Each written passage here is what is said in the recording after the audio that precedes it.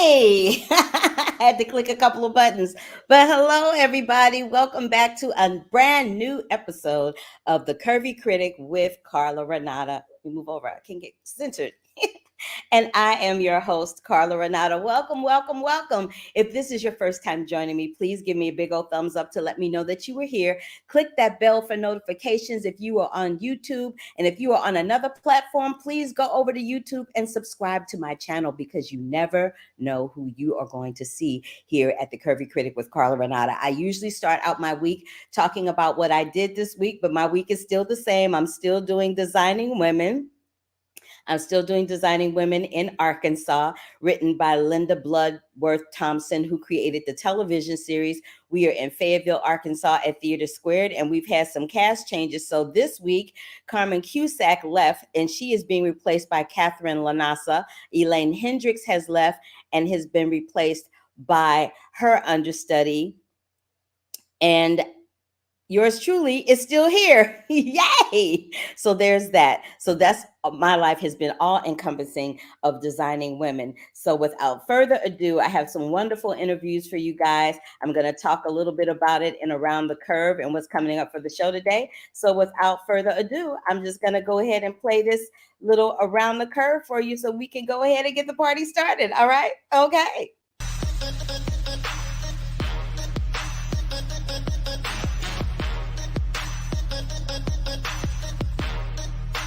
Hey, let's take a trip around the curve. Catherine Hahn is set to star in a WandaVision spinoff from the original series head writer Jack Schaefer that is currently in development at Disney+. Eugenio Debbez and 3 Pass Studios inks a first-look deal at Univision ahead of its streaming launch. And Paramount Players and Alloy Entertainment are adapting the YA novel Frankly in Love with Unju Moon set to direct. Odetta Watkins joins Amazon Studios as head of drama series after being at Warner Brothers TV for 19 years. Tori Sampson boards the Tessa Thompson and HBO Max's The Secret Lives of Church Ladies. Will Packer is set to produce the 2022 Academy Awards. Bria Danielle Singleton is set to play Bobby Christina Brown in Whitney Houston's biopic I Want to Dance with Somebody, and Jimmy Fowles is set to play Eddie Murphy. Halle Berry, Anthony Anderson, Jennifer Hudson, and Barry Jenkins are set to be honored at the 4th annual celebration of Black cinema and television. On this week's episode of The Curvy Critic with Carla Renata, I have an exclusive in-depth interview with Needle and a Timestack director, John Ridley. The film stars Cynthia Erivo, Leslie Odom Jr., Orlando Bloom, and Frida Pinto. Also, I'm going to be talking about that Black Western baby directed by James Samuels, The Harder They Fall, led by Idris Elba and Regina King. And we have the entire cast of Mass, minus Miss Martha Plimpton, who was working that week. But I got it all for you right now, coming up next on The Curvy Critic with Carla Renata.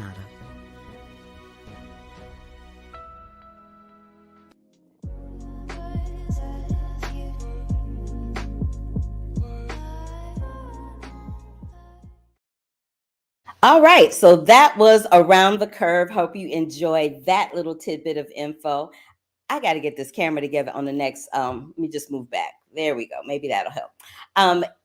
On the next break. But anyway, so last week, you guys, I talked about this movie called Mass that I really, really, really, really loved. It stars Dowd, Martha Plimpton, Jason Isaacs, and Reid Birney.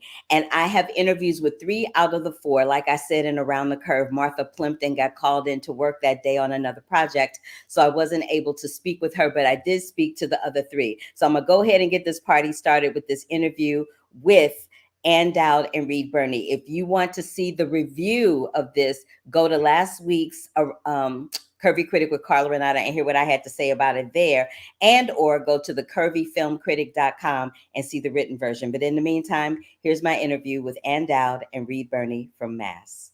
Hi, Ann and Reid. How are you? Nice to see you. It's nice to see you, and it's nice to meet you. I'm a huge fan of y'all's work. I've been watching you for a minute in all of the things that you do. So this is a real treat for me to talk to you about this film. I've never seen a film from this vantage point before. Usually when we see films that delve into this particular subject matter is from the vantage point of everybody else but the people that are specifically involved, the parents and the kids. So I just wanted to know for you guys, what did it particularly feel like to portray parents of someone who wasn't necessarily a victim in the true sense of the word, but in a different sense of the word. You know what I mean? He always interrupts me, hon. I just want you to be What are you aware. talking about? You. Can you imagine? Y'all are a real married couple off screen too. I see that. I would say a profound honor and a profound responsibility. Okay, Reid. I would say that as well, but I would also say sort of unprecedented in my experience, because as you say, nobody tells the story of the parents of the shooter. So it was it brought up a lot of stuff that I'd never thought about before or acted before. So it was at this late date in my career to have something that I'd never done before was kind of thrilling. You know, I was just thinking, I read the script a few times in preparation for speaking to me. I don't know how we did that. Like when I would read it, it would hurt so much. It would bring back that level of anguish and whatever. I don't even mean personally, obviously. I mean and I thought, how did we go there? I mean, I don't mean to, I'm not patting us on the back or anything like it. Just as we... I'll pat you on your back because y'all did that.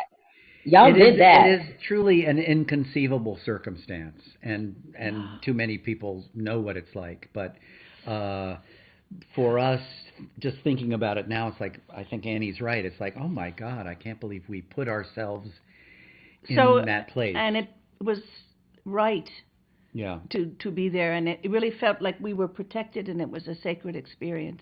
You know what really struck me was Reid's line when he says, we watched the world mourn 10 people, not 11, or something to that extent. That's right. Yeah. The world mourned 10. And we my core. Did that resonate with y'all as well? Oh yeah. Yes. Imagine not having a place to bury your son. You have to beg somebody and then to bury someone with that beautiful open heart said, "Come to us." Oh. I once played Lee Harvey Oswald in a play and did a lot of research, and they had that same problem. He was buried the same day that Kennedy was buried, but they couldn't find anybody to carry his casket. So the journalists who were covering it, there were 6 guys, were pressed into service to carry his casket. So that resonated very much with me, the anguish of that. And the thought that every human is worthy of a respectful burial. Every human is somebody's child, somebody's daughter, son, mother, father, whatever the circumstance may be. They all deserve to have that final resting place regardless of what has transpired. You know what I'm saying? But that's easier said than done, isn't it? And I found that out by watching Mass. I surely did. But this is my time, y'all. I wish I had more time to talk to you. I have so many more questions. So lovely to speak conversation, but it was lovely to meet you and speak with you. Thank you, Carla. Good luck to you. Thank you so much. You too. Bye. Bye. Can I tell you how much I love me some Dowd and Reid Birney? They were the most gracious. They are hands down the most gracious, wonderful, kind human beings that I've had the pleasure to interview. It was wonderful interviewing them. And I heard her say, right as we were signing off, when I was saying goodbye, I heard her say, she's just delightful. I wish they had kept that in the edit because I would have let y'all hear that too. But let me run to the chat room before I get into this next interview and say hello to some people. Hi, Brandon. Hi, Kenneth Williams. How are you? Good to see you. Good to see you. And I always shout out Brandon and what he has to tell me. So this week, he's saying that he saw Venom. I saw Venom, Let There Be Carnage yesterday as a big Marvel and Spider-Man fan. It was funnier than the first. Cool. Good to know. Good to know. And then he says, the next movies I'm going to watch are Addams Family 2, Ron's Gone Wrong, and 007, No Time to Die. I haven't had a chance to see 007, No Time to Die because, like I said, I'm in Arkansas. So there's no place for me to go see it except the movie theater, and I don't have a car. So it's a little challenging trying to get to the movie theater here. But I digress. Insti-hoo, thank you all for joining and tuning in. I appreciate you always. And for those that I don't even see that are tuning in, because sometimes when I stream to Twitter and LinkedIn, I can't see in real time people talking to me. They are talking to me on the platforms and I can't see it on the platform. So I guess I need to get an assistant to read it on the platforms while I'm doing my thing. But I digress. Anyway, let me go on and show you this interview with Jason Isaacs. But before I get into this interview with Jason Isaacs, let me just tell you, Jason Isaacs tried to give me a hard way to go, honey. He was trying to give me a really hard time. I was trying to talk to him about the film, and every time I asked him something, he says, well, I hope you didn't ask anybody else that question. Or he would be like, well, I don't want to talk about that because it's a spoiler.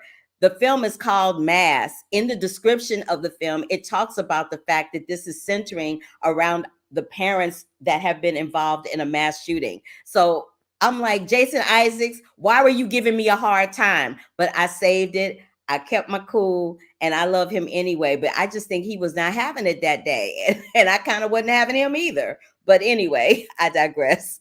Here's my interview with Jason Isaacs from Mass. Brother, you messed me up in this movie. Oh, you messed me up so bad. I mean, the thing is, we are some messed up people in it, and that's why we've come to the room. Our lives are not going well. My marriage is a disaster, and I dug this ditch for myself that I can't see out of. I think I'm smart, and I've channeled my rage and grief, and I think my wife's the one who's messed up, and then life comes along and mugs us both. Yeah, that was the interesting part, that he thought there was issues with her. And at the end of the day, they both had their issues, but she kind of ended. It's like they almost flip-flopped emotions and roles by the end of the film, don't you think? You know, I've seen this film by myself and with on a screener with my family, but I saw it with an audience for the first time the other day. Oh, wow. What was that like?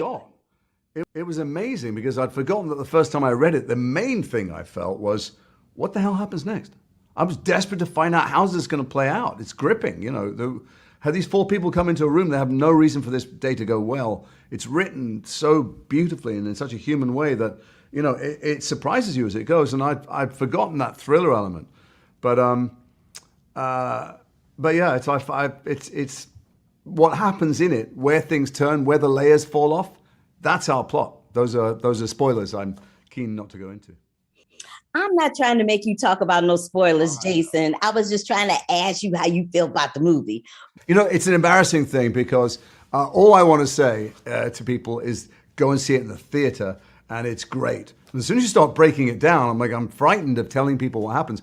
It's great to know what happens, what the story is. The story is four people, these two couples who meet, but even when you tell them what happened to those couples before, that one, you know, there's a school shooting and two parents of the shooter and two of the victim, I think it's slightly misleading because for me this is a film about seeing over divisions. About if you carry hatred in your heart, if you carry blame, if you think there are other people in the world responsible for why your life's going badly, you know, that's what this is about, because it's as much based on the South African Truth and Reconciliation Commission as it is meetings between the parents of people involved in school shootings. It's about. Oh, that's a really good point. That's a really good point. I mean, this is as much about my marriage with Martha in the room as it is with the parents of the kid that shot our kid. You know, how do you wake up every day, or how do you wake up and not carry so much baggage that you can't move? How do you let go of resentment and hatred and blame that is just crippling you and not doing anybody any, not harming the person you hate at all? Yeah. And how do you get in a room with people? How do you ever get over seeing other people as one-dimensional? Like just thinking, writing them off as human beings. And the answer is contact, human contact, which we've all been missing for the last year and a half. Real human contact. You're a deep brother, Jason. You broke that all the way down for me. I appreciate you for that. I really do. You know, the moment that struck me the most for you is the moment where you are, you're speaking about 6 minutes. You know what I'm talking about? That's the bit where I express my emotion. But I come in there thinking that I don't have that inside me because I'm above it. I'm objective. I've managed to turn this into something, you know, the activism and stuff. And I get sideswiped. This stuff erupts from me. But actually, some of the most emotional things are when I'm listening. I'm just not showing it. Now, the great genius of Fran's writing is the most powerful things happen to people when they're not speaking a lot of the time. This is true. And human film in that way. It is a very human film. Well, that is my time, Jason. It Oh was no, I'm just wonderful. getting warmed up. What a shame. I know you were trying to give me a hard time, but that's all right. I love you anyway. Take it light. I'll see you later. Y'all know I shoot straight from the hip and I'm not one to bite my tongue. Yes, I told him to his face he was trying to give me a hard time because he was. Y'all heard him. Anyway, Mass is a wonderful, wonderful, wonderful film. It's in theaters right now. It is four of the best performances you will ever see in 2021 or maybe ever. It's just these four people on screen for 2 hours and it's mesmerizing and tantalizing and heartfelt and extremely emotional. It will take you on an emotional roller coaster. So again, go check out Mass with Reid, Birney, Jason Isaacs, Martha Plimpton, and Ann Dowd. Okay, now let me talk about this movie called Needle in a Haystack, because Needle in a Haystack is a trip. So I'm just gonna throw this question out there to you. Have you ever, most of you have been in a place or been in a situation at some point where you wish you could go back in time and maybe correct something or revisit someone or do a moment over, right? Everybody's been there. So I love the fact that this movie is based on a book. So instead of saying Needle in a Haystack, it's called Needle in a Time Stack, and it's adapted from a book named it's adapted from a book written by Robert Silverberg, and it was adapted into a screenplay and directed and written by John Ridley. Now, y'all know John Ridley. He was the first Black man to win an Oscar for a screenplay, which I was like, yay. And he's done so many other things. I think he had a documentary, LA 92, that he directed. He's done so many things. I'm such a huge fan of his work. And rumor has it that he might be doing a little Batman action, but you didn't hear that from me. Wink, wink. But we didn't talk about Batman. We strictly kept our conversation to Needle in a Time Stack because I had so many questions. But let me talk about this film first. So it's about these two couples. I'm sorry, not two couples, these four people that are played by Cynthia Erivo, Leslie Odom Jr., Orlando Bloom, and Frida Pinto. And what happens is two of them, Nick and Janine, are kind of living. So Nick is being played by Leslie and Janine is being played by Cynthia Erivo. So Nick and Janine are kind of living in this, marital bliss until Janine's ex-husband, played by Orlando Bloom, warps time to try to tear them apart. And as Nick, Leslie Odom Jr.'s memories disappear, he has to decide what he's willing to sacrifice in order to hold on to or let go of everything he loves. That's the premise of the film, and it was freaking deep. So this interview with John is a little lengthy, so I'm just going to get right into it and talk a little bit more about the film and The Harder They Fall when we come back. So take a look and a listen to this interview with Needle in a Time Stack director and writer, John Ridley. Hi, John. Good morning. How are you? I'm well. I'm well on this morning. I'm even better now that I get to chat with you. Thank you. I kind of love this. I love your work in general. I'm a huge fan of your work. Thank you. And I love this one in particular because it deals with a subject that has crossed everyone's mind at one time or another, right? So how did you find this book? Because you wrote and directed it, correct? Yes, I did. That's correct. Yeah. I don't remember how I found this story. And I think it was in the mid to late 1990s. Somebody just handed me the short story. They said, it's something that you're going to love. I read it and I did. I loved the story. I loved its speculative nature, not just about science fiction and time travel, but about life and about choices and about regrets and possibilities and what ifs. And it was a story that always stuck with me. Obviously, because of who I am, when I envision those characters, as I envision them as people of color. They look like people I know, look like people in my family, but we don't oftentimes get to see, people of color in these kinds of films where they're about science fiction or about genre, but also, very mature love stories, not even a very basic romance. It asks, in my opinion, the short story asks some very provocative questions. So it took years to try to get people to see the things that I saw in the film, or rather, in addition to that, maybe see in me the ability to deliver a film like this. And certainly took amazing actors and performers like we had in the cast.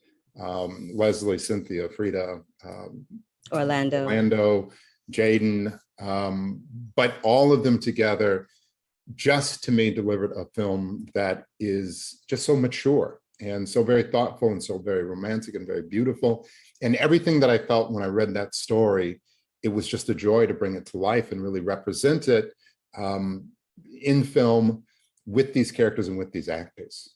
It was a joy to watch it because it said something that I say all the time.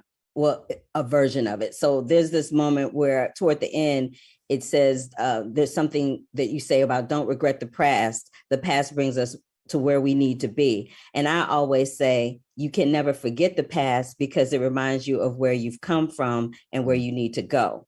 So for you, how do you feel about that adage? Because I think it's such a powerful thing to say.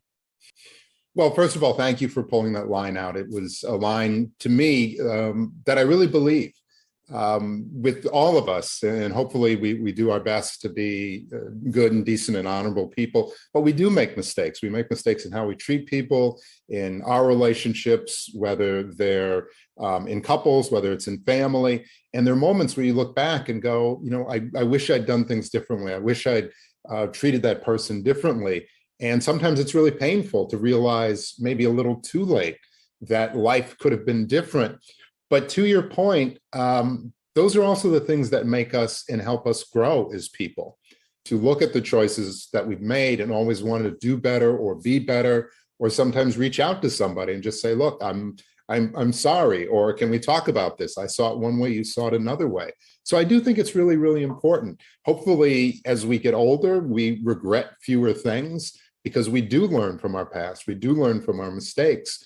But again, I think within the bounds of being a decent human being and having a moral compass, that sometimes over regret, sometimes really beating ourselves up about the past. It's less about trying to go back and change things and more about, hey, starting today, I am going to be a new person. I'm going to be a better person. I'm going to learn from that and move forward. And as you say, you can't just wallow in things that happened before and things that you can't change, but we can change ourselves. And I think that's a big, big part of that message. It absolutely is. And I was also intrigued by the fact that you made, whenever the time jaunting would happen, it came in the form of a tidal wave. Was that something that was in the book, or is that something that you created for the script? For us, it was a creation. How do you represent time in a near sci-fi film and in something that makes sense? And time flows, it's fluid, it shifts in some ways. You know, if we hadn't had this interview today, maybe our lives would change in little ways, maybe they change in extraordinary ways. So it's ever changing, it's always fluid and it's always flowing. And there are just moments within the story where people talk about, Leslie's character talks about back in the past where they're always at the beach in La Jolla or taking a seaplane.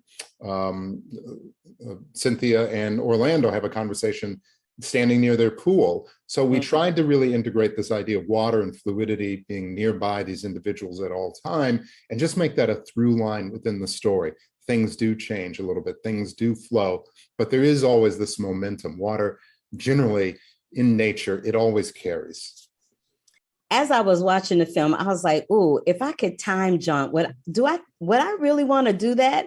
And if I wanted to do it, like what moment would I want to time jaunt to, and what person would I time jaunt to? Has that ever crossed your mind? Oh, has it ever? You know, constantly. Sometimes it's, you know, could I go and be at the March on Washington and be there in that moment? Could I go back in time and just whisper to myself, hey, you know, something's coming up and make this choice and not that choice? Constantly, you know, I would go back in time and, you know, you're going to say something on TV today, don't say that. Whatever those things are. But again, to your question earlier, when you think about it, yeah, to witness something historical, to witness an amazing moment, I think so. That would be remarkable. But in other ways, shapes, and form, would I go back in past to really tell myself something, or would I allow myself at this advanced age to say, you know what, just learn, just learn in life and learn from your mistakes? I think ultimately I would elect to not say things to myself, maybe one or two, but in my life, you know, go out, learn those lessons and apply them in life. One of the many things I like about your writing and your work is you have the ability to like really thrust the truth in people's faces, but like in a really kind of undercover way where they don't realize it's hit them in the face until after the fact. And so one of the moments that you do that in this film is with the whole past protect thing, because that's something that when we go to malls, there's always some little store in a mall promising to do something. And in this instance, it's promising to protect your photos, to protect stuff on your computer. And then, in Nick's case, we find out that ends up being a hot mess. Yes. But you walk around now, and I don't want to minimize what I'm going to say because we're still dealing with things, but I was in New York and walking down the street and you just see these vans parked and they're offering COVID tests out on the street. Now, listen, this is a time where I hope everyone is getting tested or doing the things that they need to do. So I don't want to minimize that need, but also you're kind of, this was something that didn't exist a year ago, and you're just walking down the street. I don't know who these folks are, if they're legit, if they're just folks who, set up some equipment. So there are those moments where the life we live, there's this whole other ecosystem that springs up around it. You go into a mall and now they're the, iPhone, smartphone cases and repair places that are right there. And you're like, I do need to get my phone fixed, but I'm not sure this dude can actually handle it. So to me, it was just this kind of funny moment that, if there really were time travel, it just doesn't exist in and of itself. What are those other things that are around life? What are those things that we think about? What are things that are corollaries to the life that we live and only exist because there's that technology or those advancements or those just moments in our lives? One day there's a big stall of fidget spinners set up in the mall. Now, you can't even find them. So it was meant to be, a little subtle dig, but I absolutely appreciate that you were able to pull that out in the storytelling. Oh yeah, dude, I told you I'm a fan. I'm a huge fan. And I also love how, just to close it out, there was a moment where I forget which character said this, but it says you just don't stop caring about people that you used to love. I think it was Cynthia's character that said that. It was Cynthia talking about her relationship. She used to be married to Orlando's character. They got a divorce. And that was also very important to me, to say that, love takes so many forms. And it's not just a traditional, married couple, but even when things break up, people can care about each other. And that love is, you can say love, all kinds of people can say it. It means different things. And we can't forget that love in and of itself, it's good, it's pure, and it's not just one thing or the other. I love that. And I really, I'm serious. I really, really do love your work. I love your commentary. I honestly just love everything you do. And I'm so grateful I had the opportunity to speak with you this morning. Thank you so much. Thank you. I deeply appreciate it. Thank you for your time and interest. All And right. thank you for your questions. Oh, my pleasure. All right. Bye-bye.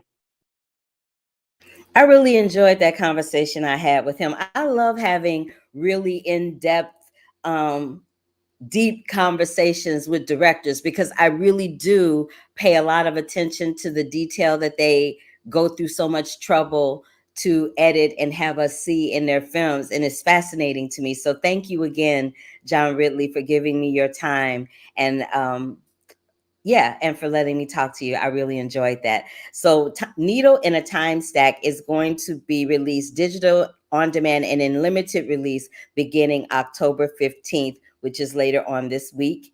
And then it goes to Blu-ray and DVD on October 19th. But let me just talk a little bit more about that film real quick. We talked a good portion about it during our interview, but there was one other thing that I wanted to bring out.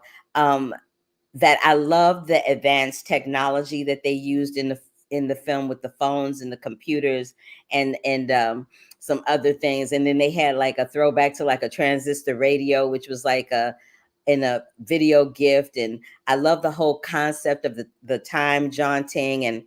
But there is this, is my hair or something. Okay. And then there's this one line that, well, actually a couple of lines that kind of stayed with me. One of the characters says, "You and I are just forever, always and always." I'm like, yes, for the romance. And then there was another part that they used to promote the film. It says, "Love is drawn in the form of a circle. No one knows where it begins and it never really ends. That is the best way I can sum up Needle in a Time Stack for you. It's a deep little movie, and you have to really watch it and pay attention to catch every little nuance and message that it's trying to give you. But there's a lot there to catch. And John Ridley's script is a little kind of on the brilliant side. I have to say, he adapted that novel very, very well. And the performances, I mean, it's Orlando, Cynthia, Leslie, and Frida. What can you say about them? So that's what I have to say about Needle in a Time Stack. Now, I want to talk about The Harder They Fall a little bit before we get up out of here. But let me show you these pictures of Needle in a Haystack, because I just think they're cool. So there's one picture, and then here's another picture. Okay, so now let me talk a little bit about The Harder They Fall. The Harder They Fall is a James Samuels film. It is going to be streaming on Netflix later this month. I was asked to watch it and review it in conjunction with the London Film Festival. So I got to see it a little earlier than most people do. It is produced by Sean Carter, aka Jay-Z, James Lasseter, James Samuels himself, Lawrence Bender, and it stars Zazie Beetz as Mary Fields, R.J. Seiler as Jim Beckworth, Edie Gathegi as Bill Pickett, Danielle Deadweiler as Cuffy, Jonathan Major as Nat Love, Idris Elba as Rufus Black, Dion Cole as Wiley Esco, Delroy Lindo as Bass Reeves, and Regina King, Oscar winner Regina King as Trudy Smith. Now, this is the second film in 2 years that I have seen Idris Elba on a horse. I'm just saying that alone is giving me life. I can't even handle that. But let me just talk about my girl Regina King. Her and Zazie and Idris and Lakeith Stanfield. I forgot to mention Lakeith Stanfield is in this film also, and he is playing. Who is he playing? Oh yeah, he's playing Cherokee Bill. But let me just say that I was all down for like the Black Cowboys and the Black Cowgirls and all of that. And AKA, well, FYI, but not really. I actually did some of the looping for this film. So I was kind of excited to see it in its entirety because I couldn't talk about it for the longest time. I'm like, now it's finally out and I can talk about it. So there's that. But let me just talk about this film. So first of all, it's the second film we've seen Idris in on a horse. So the first film that I saw him on a horse was Concrete Cowboy, which the film was kind of but he was really good in it. James Samuels not only wrote this film, he directed this film, he produced this film, and he even did a little composing for some of the songs. And I'm going to tell you, Jay-Z, aka Sean Carter, has this film and another film coming out, and we're probably going to see that I can't talk about right now, but we're probably going to see Jay-Z be very heavily talked about from the producing standpoint and the music standpoint when the Oscar talks start happening. He could possibly make history in that respect, and I'll talk more about that later when this other film comes out. The dialogue in this film is hilarious, although there's a couple of times where James has folks saying Negro, and in this time and age, because it's time stamped, Black people didn't refer to themselves as Negro. So I got to call James out on that one, but that's a little bit of a misstep. The soundtrack is fire. The chemistry between Jonathan Majors and Zazie Beetz is insane. It starts out like gangbusters, and then it kind of like tapers off a little bit. You know, it gets a little slow, and it kind of ebbs and flows. It kind of goes like this throughout the whole movie. It's like it's fierce, and then it comes out, and so it does that a lot. But the dialogue is kind of fire. There's this moment where Regina King is standing, and this is not a spoiler for anybody. Regina King is standing in front of these railroad tracks, and this white man goes to say the N-word, and Lakeith is like, you don't know what word he was going to say. He could have been saying nincompoop. And Regina King is like, well, we not nincompoops either. Baby, I hollered out loud. That gave me life. Dion Cole, we know him for doing comedy. We know him from being on Blackish. We know him from doing stand-up. He is not funny in this movie. He is doing his drama game. He is holding his own against Idris and Regina and these other actors that we know to be very strong, dramatic actors. He is doing his thing amongst a A-list cast of dramatic, very popular Black stars. James does this thing where he shoots shadows. So when people are like lying on the ground or there's something happening on the ground, we see these really long, ominous shadows on the ground, which makes the scene seem a little more dangerous and a little more ominous because the shadow figures look even larger than the actual people. I kind of love that he did that with his filmmaking. There's a lot of slow motion of the gunfights that are happening. There's a lot of music involved. The costumes are absolutely spectacular. And there was another line I have to call out that it made me laugh out loud. Somebody says something to Regina's character, Trudy Smith, and she says, in regards to Black people, she says, a rock and a hard place is what we call Monday. Baby, if you are a Black person and you like any of these stars, you are going to get your entire life when this hits Netflix later on this month. It is called The Harder They Fall. You are going to absolutely love everything about it. I'm just going to show these pictures to you one more time because I just got to do it. I got to do it. I got to do it. Love that so much. Let me run to the chat room and see what's happening over here. See who's talking to me. Yes. Brandon said that Ron's Gone Wrong premiered at the London Film Festival. It did, but I can't talk about Ron's Gone Wrong right now. I'll talk about Ron's Gone Wrong next week, but I will share the press conference with you this week, and then I'll do the review next week. So next week, I'm going to have the entire cast from Amazon Prime Videos. I Know What You Did Last Summer. And I might have a couple of other interviews and some surprises here and there along the way in the next couple of weeks. But for right now, that is it for this episode of The Curvy Critic with Carla Renata. I thank y'all so much for joining me this week with the show and everything. And I hope you enjoyed the interviews. I hope you enjoyed what I had to say about the films and Needle in a Haystack. See, I did it. I said needle in a haystack, and it's needle in a time stack, not haystack. Needle in a time stack. And I told you when that's coming. And this is just a few pictures of Ron's Gone Wrong. It's a Disney Plus film that is going to be, I believe it's only going to be in theaters, but it's a great film and you're going to love it. And I'll tell you all about that in a little bit when we come back next week. But in the meantime, if this is your first time joining me, please give me a big old thumbs up to let me know you were here. Click that bell for notifications in the YouTube.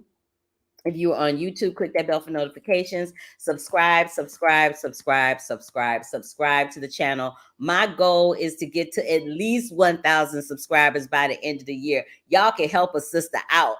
Help me get to 1,000 subscribers by the end of the year. I think I'm hovering somewhere around close to 720. So people are slow to subscribe and people are slow to check me out, but that's okay. At least you check me out and at least you listen to what I have to say and at least you enjoy what I have to say. That gives me life and it makes me have fun sharing my movie views and reviews with you. Every movie that I review here on The Curvy Critic with Carla Renata will show up on Rotten Tomatoes. I put my reviews up on Rotten Tomatoes. And you can also, like I said at the beginning of the podcast, go to the Curvy Critic with Carla Renata.